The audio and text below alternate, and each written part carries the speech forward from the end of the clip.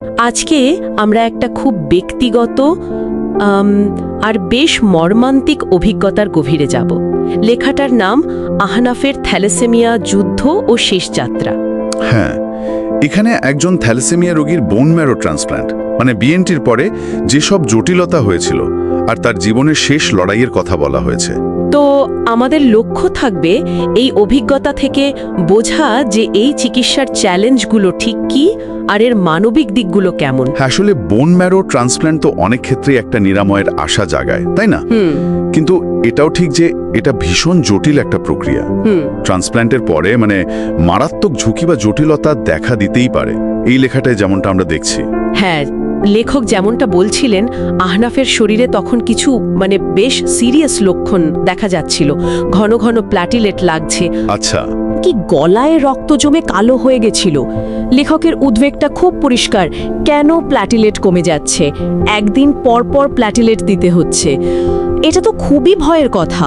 অবশ্যই ভয়ের কথা।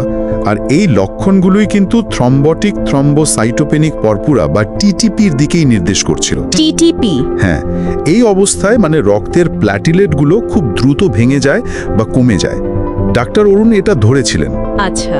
এবং উনি বলেছিলেন যে এটা সম্ভবত ট্রান্সপ্লান্টের পরে দেওয়া একটা ওষুধ সাইক্লোস্পোরিন, সেটার থেকেই হয়েছে।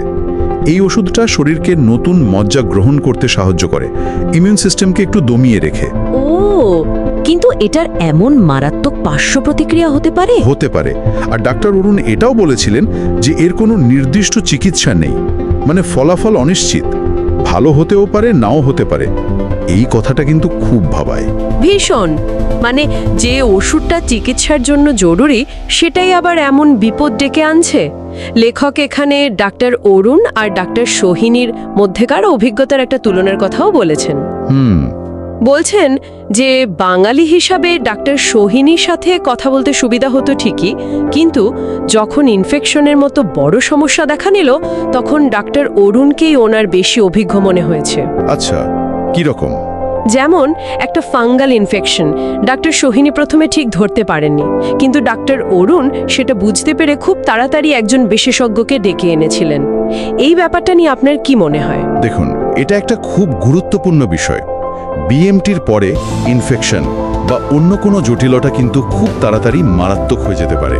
সেটাই। তাই একদম সঠিক সময়ে ঠিক রোগটা নির্ণয় করাটা ভীষণ জরুরি।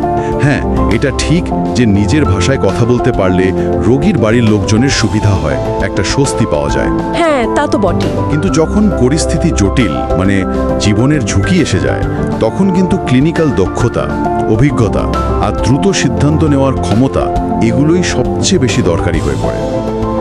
এই ঘটনাটা এটাই দেখাচ্ছে যে বিএমটির পরের জটিলতাগুলো, বিশেষ করে এই ধরনের ইনফেকশন বা ওষুধের পার্শ্ব প্রতিক্রিয়া, এগুলো ডায়াগনোজ করাটা কতটা কঠিন হতে পারে। এই কঠিন অভিজ্ঞতার মধ্যেই লেখক আবার নিজের পড়াশোনার কথাও মনে করেছেন। উনি সাইটোজেনেটিক্সে ক্রোমোজোমাল অ্যাবেরেশনের কথা পড়েছেন, যে কিভাবে ওষুধ বা রেডিয়েশন জিনের গঠন বদলে দিতে পারে বা ক্ষতি করতে পারে।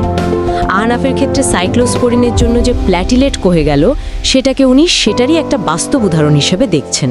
আসলে এই সংযোগটা উনি খুব স্পষ্টভাবে করতে পেরেছেন। আর শায়দ সেখান থেকেই ওই খুব কষ্টকর উপলব্ধিটা এসেছে ওনার, থ্যালাসেমিয়া ভয়ঙ্কর, কিন্তু বোন ম্যারো ট্রান্সপ্ল্যান্ট তার থেকেও ভয়ঙ্কর। উনি আরও লিখেছেন যে বিএমটির পর আহনাফের মুখের হাসিটাই যেন হারিয়ে গিয়েছিল। এটা ভাবলেই কষ্ট হয়। একদম। এই কথাগুলো আমাদের মনে করিয়ে দেয় যে বিএমটি নিরাময়ের একটা বড় আশা হলেও এর শারীরিক আর মানসিক ধকলটা যে কি অহৈতুক হতে পারে। হ্যাঁ। আর লেখকের কথা অনুযায়ী এই কঠিন বাস্তবতার মুখোমুখি শুধু আহনাফ একা হয়নি। উনি যেমনটা লিখেছেন, সব বিএমটি পেশেন্টদের একই অবস্থা হয়। হয়তো সবার এতটা চরম পর্যায়ে যায় না, কিন্তু কষ্টটা থাকে। ঠিক। চিকিৎসার সাফল্যের গল্পের আড়ালে এই যে এত যন্ত্রণা, এত অনিশ্চয়তা লুকিয়ে থাকে, এই দিকটা কিন্তু প্রায় সেভাবে আলোচিত হয় না। তাহলে এই আলোচনা থেকে আমরা যেটা দেখলাম তা হলো বোন ম্যারো ট্রান্সপ্ল্যান্টের মতো একটা জীবন রক্ষাকারী পদ্ধতিও কিন্তু নিজেই আবার মারাত্মক জটিলতা তৈরি করতে পারে।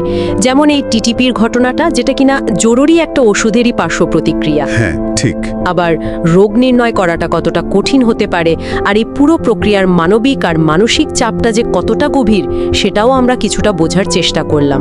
সত্যি চাই এই ধরনের ব্যক্তিগত বিবরণগুলো আমাদের চিকিৎসার আসল ঝুঁকি, আর তার বিনিময়ে আমরা কি পাচ্ছি বা হারাচ্ছি সেইটা নিয়ে নতুন করে ভাবতে বাধ্য করে।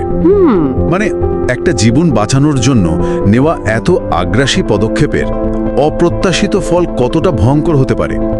আর সবশেষে প্রশ্নটা এসেই যায়, আমাদের চিকিৎসা ব্যবস্থা এই রকম জটিল, হৃদয় বিদারক আর অনিশ্চিত পরিস্থিতিগুলো সামলানোর জন্য আসলে কতটা প্রস্তুত, কতটা সংবেদনশীলতার সাথে এগুলো সামলানো হয়?